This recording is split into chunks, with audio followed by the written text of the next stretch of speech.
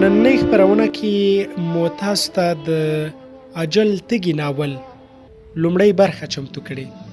تاسو ته یې د اورېدو بلنه درکوم.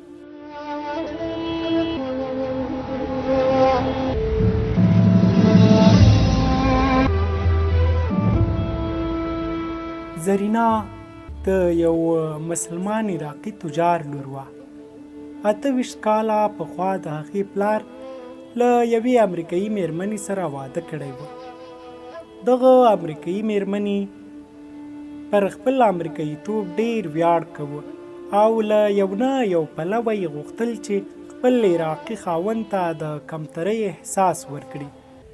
د زرینې د دغه امریکایي مور نوم روزینا او د پلار نوم یې اسد خاوري و. له واده څخه مخکې یوه ورځ روزینې اسد ته وویل: که له ما سره واده کوې نو عیسویت به قبلوې. په دغه کار سره به زموږ په ټولنه کې ستا قدر لا زیات شي.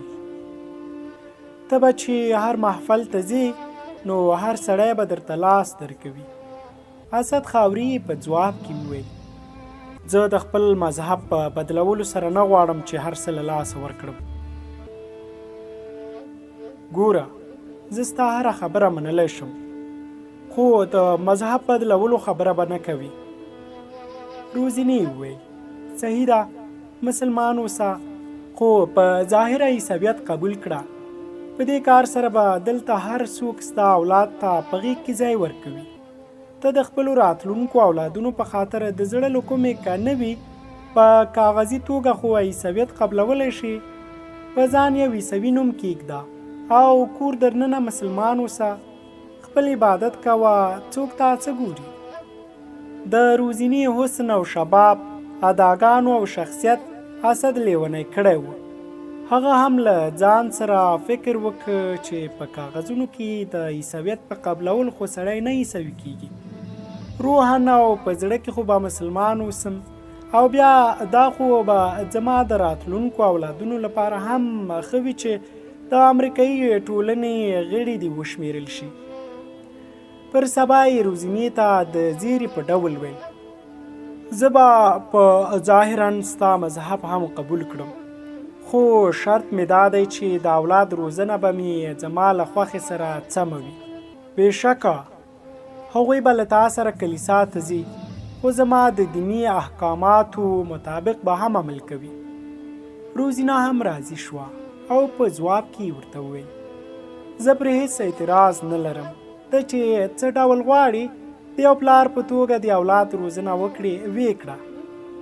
ټولې چارې ترسره شوې. اسد خاوري د خپلې محبوبې د خوشحالولو او د خپلو راتلونکو اولادونو د ښې راتلونکي په خاطر په ظاهراً عیسوي شو.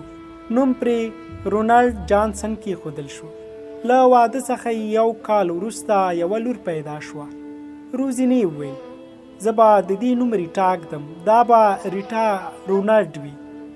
اسد یې په ځواب کې ویل: ما ډېر مخکې فکر کړی و چې که لور وشوه نو د خپل نیا او که زوی پیدا شو نو د نیکه نوم به مې پرېږدم، ځکه نو زه به مې د خپلې لور نوم زرینا اسد ږدم. په دې خبره د ښځې او میړه ترمنځ شخړه رامنځته شوه. روزینې اسد ته وویل: لږ د عقل نه کار واخله. په دې ټولنه کې خلک تا د رونالډ جانسن په نامه پیژني. د همدغه نامه له مخې ستا د اولادونو والدیت هم ټاکل کیږي. ځکه نو په دغه سلسله کې اسد خاوري هیر کړه. اسد هم باید هیره کړې وای، ځکه چې د زیږېدنې په تصدیق کې باید د پلار نوم رونالډ جانسن لیکل شوی و. همدا و چې د لور نوم یې زرینا رونالډ کېښودل شوه. وروسته یې هم 2 زامن وشول. د هغوی له نامه سره هم چې د یوه فرضي عیسوي پلار د نامه ټاپه ولګېدله، نو اسد پوه شو چې د یوې حسین عیسوۍ د عشق په دام کې خپل اولادونه د یو مسلمان پلار له نامه څخه محروم کړل. که ولیدل شي نو د دنیا د لین دین په بازار کې مسلمانان همدا ډول ماتیږي. د همداسې یو منظم پلان له مخې اسلامي هیوادونه تر خپل اغیز لاندې راولي. اسد خاوري فکر وکړ چې که زما د اولادونو له نامه سره د یو فرضي عیسوي پلار نوم تړل شوی نو هیڅ خبره نه ده. زه به هغوی ته داسې دینی تعلیم ورکړم چې هغوی به د زړه له کومې خپل ټول ژوند د ټینګ مسلمان په توګه تیر کړي. بې له شکه هغه هم همدغسې وکړل.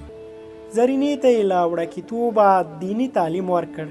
په 6 کلنۍ کې د هغې 6 واړه کلمې او د اسلام 5 بناوې ښې یادې وي.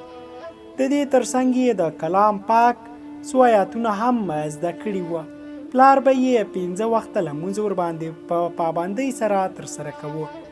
نور دواړه زامن یې لا واړه وه. د خپلو خبرو او اعمالو له لارې یې هڅه کوله چې هغوی هم د دین خواته مایل کړي. له اسد خاوري څخه یوه ډیره غټه غلطي شوې وه. د دغه غلطۍ د تلافۍ په خاطر هغه د مکمل ژوندانه یا لایف ټایم پلان جوړ کړی و. هغه هوډ کړی و چې د اولادونو تر ښو او بدو باندې پوهېدلو پورې به هغوی شپه ورځ له سینې سره نیسي او د زړه له کومې به یې مسلمانوي. مګر افسوس چې هر څومره نیک نیتۍ سره د غلطۍ تلافۍ وشي، تر سره شوې غلطۍ پایلې ضرور راوځي. کله چې زرینه د 7 کالو شوه، نو مرګ په خپل راتګ سره اسد ته ور وښوده چې هر ژوندی جسم له دې فاني نړۍ څخه سترګې پټوي. هو، اسد له دې نړۍ څخه رخصت شو. د هغه ټولې نیک نیتۍ او ټول پلانونه دړې وړې شول. 3 واړه اولادونه یې د عیسویت غېږې ته ورولوېدل. خو زرینه چې ځوانه هم شوه، نو د خپل پلار څخه اغېزمنه وه. د هغه ورکړل شوي تعلیمات اوس هم د هغې په ذهن کې خوندي وه. خو دغه خوندیتوب داسې وه لکه قرآن پاک چې پاس په تاخچه کې کېښودل شي او هغې ته له لرې لیدو څخه سړي ته وریاد شي چې مسلمان دی. تر 7 کلنۍ پورې هغې 5 لمونځونه کول. بیا ورو ورو یو لمونځ کمېدلو. اخیر مور یې هم هغه 9 میاشتې په خپله خېټه کې ګرځولې وه. هغې ته یې خپلې شیدې ورکړې وې.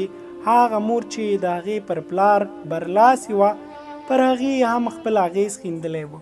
یوازې مور نه، بلکې ټولې ټولنې هغه په خپل رنګ کې ورګډه کړې وه. له همدې کبله یې د پلار ټول تعلیمات یوه زړه کیسه ګرځېدلې وه. زرینې بیا هم له خپل پلار سره بې کچه مینه درلوده. کله کله به یې د هغه په هکله فکر کوه. د هغه د یاد تازه کولو لپاره یې عربي ژبه زده کړې وه او دا هوډ یې کړی و چې عراق ته به ځي. د خپل پلار نیکونو ځمکې او کورونه به په خپلو سترګو ویني او د هغه ځای د تاریخي ځایونو کتنه به کوي او له مطالعې وروسته به د خپل پلار په حواله د عراقي مسلمانانو په هکله یو کتاب لیکي. په هر حال هغه د خپل راتلونکي ژوندانه لپاره د جوړ کړي پلان له مخې ژورنالیسته شوه. په دغه ډګر کې هغې د داسې فعالیت مظاهره وکړه چې د هغه هیواد تر ټولو ستر اخبار هغه د صحافي خبریالې په توګه ونیوله.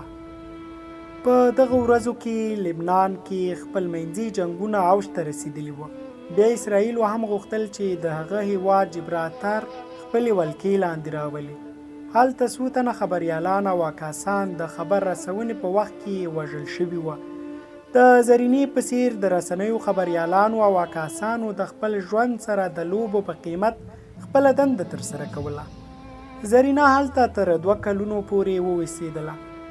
له دغه مودې وروسته بیرته صحیح سلامت امریکا ته ستنه شوه. هغه ډیره زړوره وه. له خطرونو سره لوبېدلې زده وه. په بانکي حساب کې په لکونو ډالر وه. د اخبار لخوا دا امتیاز هم ورکړل شوی و چې که چیرې د دندې په ترڅ کې ووژل شي، نو میړه او اولادونو ته به یې په لکونو ډالر ورکول کیږي. زرینې لا تر اوسه واده نه و کړی. که څه هم ډېرو عیسوي او یهودي ځوانانو هغې ته د واده وړاندیز کړی و، خو هغه لا هم له خپل پلار څخه اغېزمنه وه. همدا وجه وه چې په لبنان کې په یو مجاهد حبیب عزیزي باندې زړه بایلود. د هغه هم خوښه شوې وه، خو د اور او بارودو په لوبه کې چې د مینې کوم انجام وي هماغسې وشول. هغه مجاهد د ځان وژونکي برید لپاره په وتو کې و. زرینه په دې کار سخته په غوسه شوه او وی ویل ته ولې هسې چټي ځان وژنه کوې؟ له دښمن سره ولې همداسې جنګ نه کوي؟ شریکه حملې کوه. حبیب یې په ځواب کې وویل ته خو پوهیږې چې د یهودیانو تر شا بل څوک ولاړ دي. هغوی هر ډول عصري اسانتیاوې په لاس کې لري او د هېڅ کمی ورسره نشته. بل پلو موږ لبنانیان په اقتصادي او ټولنیز ډګر کې ورځ تر ورځه کمزوري کیږو. که موږ پر خپلو سرونو لوبې ونه کړو نو دغه جنګ به ډېر اوږد شي. موږ به کمزوري په شاو د یهودو غلامان شو او پوهیږئ دا هغه ورځ ده چې موږ به یې هېڅکله راتلو ته پرې نه ږدو. زرینې وویل خو زه به تا هېڅکله دغه کار ته پرې نه ږدم. که تا دا کار کوه نو ولې دې له ما سره مینه کوله؟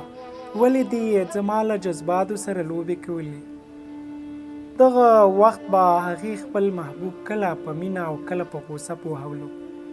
زرینې وویل زما دوسته، زما حبیبه، قصداً مرګ ته غاړه ایښودل لیونتوب دی، وحشت دی، جنون دی. له دغه جنون څخه لاس واخله. حبیبي په ځواب کې وویل تر څو چې موږ د دغسې جنون مظاهره ونه کړو نو دغه بهرني خلک به هېڅکله زموږ هیواد پرې نه ږدي. هغه زرینې ته نږدې ورغلو او هغه یې له مټو ټینګه ونیوله او بیا یې ورته وویل زرینې که د دې عملیات څخه وړاندې تا ما ته ویلي وو چې ستا په خاطر خپل سر قربان کړم نو ما به د داسې کولو څخه هېڅ دریغ نه وکړی. خو اوس وطن قربانۍ ته ضرورت لري. زه نه غواړم چې زما د ملت راتلونکی نسل دی د امریکایانو غلام اوسي. زرینې په یوې جټکې سره ځان ورڅخه بیل کړ او ورته یې وویل زه یوه امریکایي یم، د هغه ځای په اخبار کې کار کوم او هم د هماغه هیواد لپاره د جاسوسۍ دنده پر مخ وړم. که تا خپله اراده ترک نه کړه نو زه به ستا د عملیاتو له پوره کېدو څخه مخکې دغه راز افشا کړم. نور ته پخپله پوهیږې چې څه به وشي. حبیب وویل له نیولو وروسته به هم هغوی څه ما ژوندی پرېږدي. زرینې وویل په دې حالات کې به ته وګورې چې زه هم له تا سره خپل ژوند قربان کړم. حبیب وویل آیا دا به خودکشي نه وي؟ زرینې وویل زه فقط دومره پوهیږم چې هر څنګه وي تا له ځان وژنې څخه وژغورم. هغه زرینې ته د مینې ډک نظر سره وکتل او په مایوسۍ کې له کېناستلو وروسته وویل په یو شرط تیار یم چې د ژوند له بیایللو څخه ځان ستون کړم. زرینه په منډه منډه هغه ته ورتر غاړې شوه، ورسره کېناسته او ویې ویل هر شرط دې منم، ووایه څه وایې؟ حبیب وویل زه به همدا اوس خپل رهبر ته په ټلیفون کې ووایم چې زه لا تر اوسه ځان د دغه عملیات لپاره په ذهني ډول برابر نه ګڼم. د دې لپاره چې عملیات ناکام نشي کوم بل مجاهد باید ولیږل شي. زرینې د هغه له مچولو وروسته وویل همدا اوس ټلیفون وکړه. ښه نو ووایه د دغه لیونتوب څخه په شا کېدلو لپاره ستا څه شرط دی؟ حبیب وویل همدا چې د ځان وژونکي برید راز به له دې ځایه وتلو ته نه پرېږدي. خپلو امریکایي بادارانو ته به په دغه باره کې هېڅ هم نه وایي. زرینې د هوکړې په ډول ورته وویل زه واده کوم چې هېڅ چا ته به یې هېڅ هم ونه وایم. ته همدا اوس ټلیفون وکړه، خیر دی. حبیب ټلیفون پورته کړ، نمبر یې ولیکه او له اړیکې ټینګېدو څخه وروسته یې په محلي ژبه خبرې پیل کړې. زرینې ورته حیران کتل. کله چې هغه ټلیفون کېښود نو زرینې ترې وپوښتل تا ولې په انګلیسي یا عربي ژبې خبرې ونه کړې؟ حبیب وویل زموږ د ډلې مشر په انګلیسي یا عربي نه پوهیږي، هغه تل په محلي ژبه خبرې کوي. ولې تا ته پر دې باندې څه اعتراض دی؟ زرینې وویل هسې غوښتل مې اطمینان حاصل کړم چې آیا ما چې څه غوښتل ته هماغسې وکړل. حبیب ځواب ورکړ خیر دا به هم ثابته شي چې ما ستا د خفه کولو دپاره هیڅ کار نه دی کړی. زرینه اصلا د هغه لیدو او وخت تېرولو لپاره د حبیب کور ته ورغلې وه.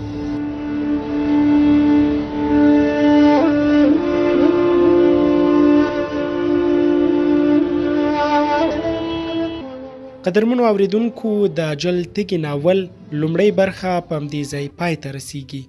تر بیا چې ظریف الله ساحیل د اجل تږي ناول له یوې نوې برخې سره ستاسو درنه خدمت ته حاضرېږم.